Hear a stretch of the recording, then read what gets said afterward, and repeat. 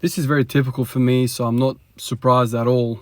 This is something that I've done a billion times by now. When I find something that I reckon is pretty good, when I feel like I'm onto something, I tend to overdose on it. Basically, I am that kind of extreme personality that if I feel like I found a good thing, I just want all of it.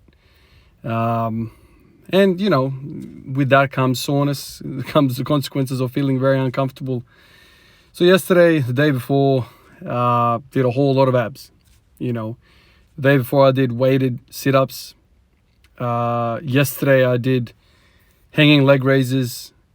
Today I did lying leg raises. Before this session in the morning, I did 10 sets of 10 of lying leg raises in bed. It's kind of easier in bed, so I was kind of like experimenting with it. Liked how it felt. It was kind of like, you know, makes it easier and you can kind of get more reps and sets into it. I'm sore, and it's very clear that I'm sore from the first day, you know, from the weighted sit-ups.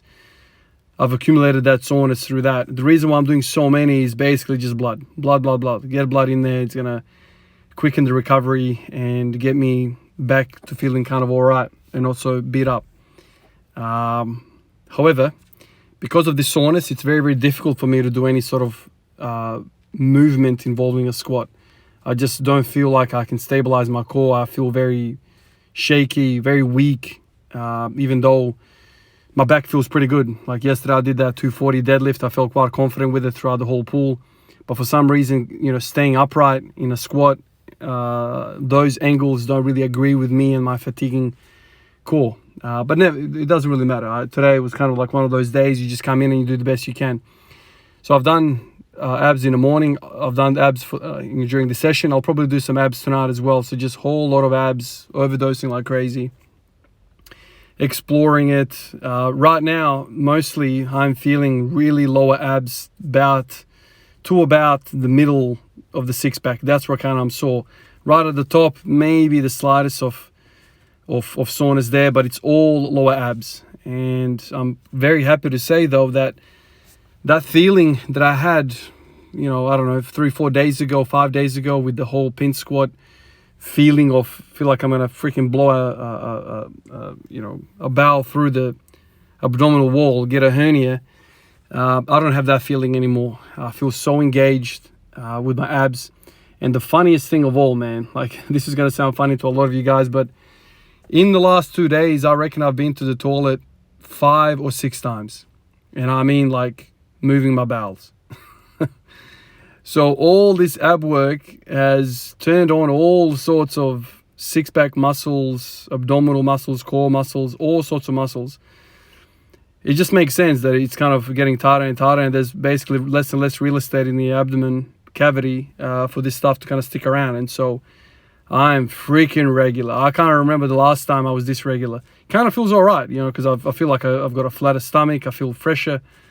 If you feel bloated, I am not giving you medical advice at all. This is my experience sharing with it. If you feel really, really bloated, maybe this is something you can try. Overdose the hell on some sort of abdominal, you know, flexion, hip flexion. You know, I just mentioned I did weighted pull-ups, sit-ups, hanging leg raises, lying leg raises, and I'm freaking going to the toilet 3 times a day, it seems. So that's just like a side little note on all of this. It's interesting because when I did the back focused, you know, period, you know, with the deficit deadlifts and hypers and back raises and whatnot, it wasn't the case. This wasn't the case at all. Like I just had a normal kind of bowel frequency. But with this, I feel like I'm going all the time. So it's funny. It's funny how, like, you know, that whole beer gut, that whole dad bod phenomenon where like the guts are spilling forward and everyone's kind of an anterior pelvic tilt. You know, I almost feel like it does something to our bowel. It almost kind of like, you know, occludes the flow of bowels or something like that. I don't know what's going on. Or whether the abdominal cavity is being so stretched that it doesn't have that normal, I don't know, tonicity. I don't know what the word is. Normal tone or normal strength. I don't know what it is, because now I'm guessing turning on the opposite of the lower back. Now there's some sort of balance and the bowels are moving. It's just that's what I found kind of interesting about that. But I'll continue to do abs, 2 or 3 times a day, up until I kind of get rid of the soreness. It's almost like counterintuitive to a lot of you guys to think, well, dude, you're sore. Why are you doing that? You have to understand that like these sets that I'm doing are not like, working hardcore sets. I'm not pushing to failure or any of these sets. These sets that I'm doing ever since I started doing the whole ab focus training have kind of been almost like, I don't know, RP6 or something like that, RP5, I don't even know what it is. Like I've got a lot more in the tank. I'm not pushing to the last rep. I'm just simply moving blood through those tissues, making sure they know what's up, making sure it's a primary concern for the body to perfuse blood to simply recover quicker. I think the abs are very resilient. I am somebody that's not very good at sit-ups, and I don't really have a strong core when it comes to sit-ups. I never have. But when you see some of these guys, like especially in the boxing kind of like UFC kind of arena, if you think about Muhammad Ali, man, I mean, or Mike Tyson, man, these people used to do thousands of sit-ups. Now, I'm sure some of you guys out there can do a lot of sit-ups. I've never been able to do that. I've never had that endurance through my core that I can just bang out endless amount of sit-ups. Sit-ups for me, man, like if I was to do a full sit-up, I can maybe get 20 and I'm really uncomfortable. Now, that's not very good. I don't know. Like to me, that doesn't seem like a very good thing, to have a posterior chain that can lift 240, 260 kilos and you can't do 30 freaking sit-ups. Like it makes no sense to me. There's clearly a discrepancy there of strength. So now I'm going to kind of move towards this and see what the effects are. Basically, the last 4, 5, 6 weeks, I've given it hell to the posterior chain. And probably the effects of that training will be kind of, seen down the track, as that kind of fatigue wears off. So this is where the thing becomes really confusing, because I'm sure in a week or 2, I'm going to kind of wear off this fatigue from the posterior chain, and I'm going to be in the mid-swing of this whole, abs training arc, and there's going to be a tendency to say abs are the key to everything. But really what's happening is the fatigue from the posterior chain training that I've done recently is going to wear off, and I'm going to super compensate, and then I'll be experiencing, the gains from that. And so it becomes very, very tricky, to have a cause and effect type of conversation, when you're training. In the heart of hearts, I really think there's a sweet balance here. So I'm definitely going to go back to 45 hypers and GHD back raises and things of that nature. But I need to kind of, wait it out a little bit, get the core, the interior core on board, have security again. I don't want to have that feeling of instability through the front core. I feel like I'm going to pop a hernia or something like that. So I really want to address that. And then I'm going to kind of, work out some sort of a frequency or volume, a ratio between the front and back. And I'll just, hammer that. I think that's the key, because, you can't look at things in a vacuum. I squat, I deadlift quite a lot. And the way I do both of those things are very posterior chain dominant. And so when I'm thinking about the ratios, the ratio between front and back, I have to incorporate the other stuff that I'm doing. And so I feel a lot of volume goes into the back. You know what I mean? A lot of volume goes into the back, just the way I move. And so it's not going to be a 1-to-1 ratio between the accessories of front and back. That is going to be maybe 2-to-1 front to back, because there's not a lot of stuff that I do that addresses the front. Honestly speaking, I'm the hardest critic of myself. When I see myself squat, I'm like, that's a lot of posterior chain, whatever the hell I do. Front squat, back squat, deadlift, the more bent over I am, the more confident I am. So it only kind of makes sense to me to think, okay, let's do the opposite. Strengthen the opposite. Maybe by strengthening the anterior chain, my body's going to be more comfortable being more upright or more anterior loaded. That's kind of where I am right now. I mean, it's not pleasant to be this freaking, sore through the abdomen. But the way I look at it, man, is like I'm so undertrained in the anterior chain. It's not even funny, man.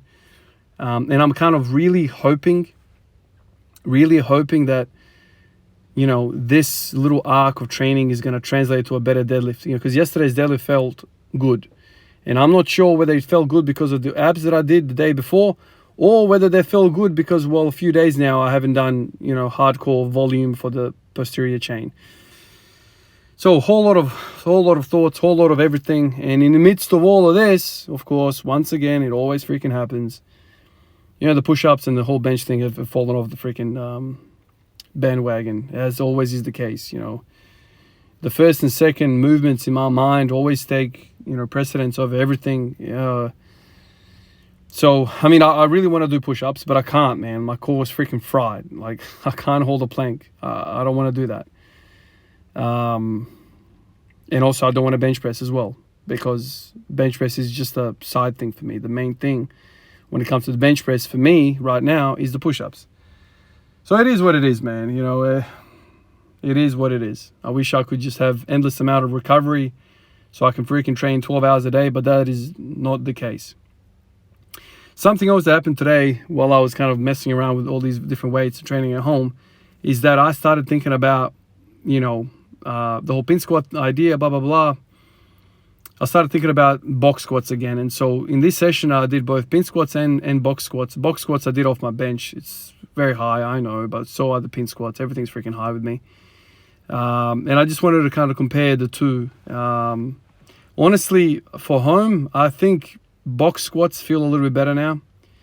Only because my freaking rack is a bit skewed. I don't know if you guys can tell on the camera, man, but these holes that were drilled out are not equal side to side. And so when I rack my bar off the pins, when I rack off the safeties, there's always a left to right bias. So the left side of the screen, that kind of upright, is higher than the right. And so I don't know if you guys can see, but I put a fatter or doubled over the towel on the right hand side when I'm doing the pin squats. And I'm always kind of thinking about it like, damn, man, like it's not good to have this like this. And so this is why I kind of go, look this way, look that way, look this way. I always kind of alternate. But with the box squats, man, once you unrack that weight, it's just you, man. You know, you sit down and that's it. Like, you know, the pins don't impact you rep to rep. So that's kind of what I like. The only thing with the sitting down on the box is that there's a front and back kind of like swaying motion. Even when I watch the West Side Boys, like, you know, some guys like sit down really and kind of let that posterior pelvic kind of posteriorly tilt a little bit, kind of like a sway, and then, you know, get the momentum and go up. You know, I've got now kind of motivation to go back and watch some more Louis Simmons stuff and see how they actually did it. I'll need to go back and see, maybe watch some Matt Wenning videos on box squats. The trouble with when I see those guys squat is that it's so unlike me. You know, it's so wide and it's so not specific to what I'm doing. But since I'm considering wide stance squats, I might well consider box squats. Anyway, this is just at the end of the workout, just messing around. I was already kind of done. But I kind of like the feeling of the box squats as well. So I like box squats, I like pin squats, I like all that stuff now. Anyway, that's all I got for you guys. Appreciate all the fellas on the screen. Everybody else in the Patreon, on Discord, Instagram, YouTube comments. Really appreciate you guys, and I'll catch you guys in the next one. Peace out.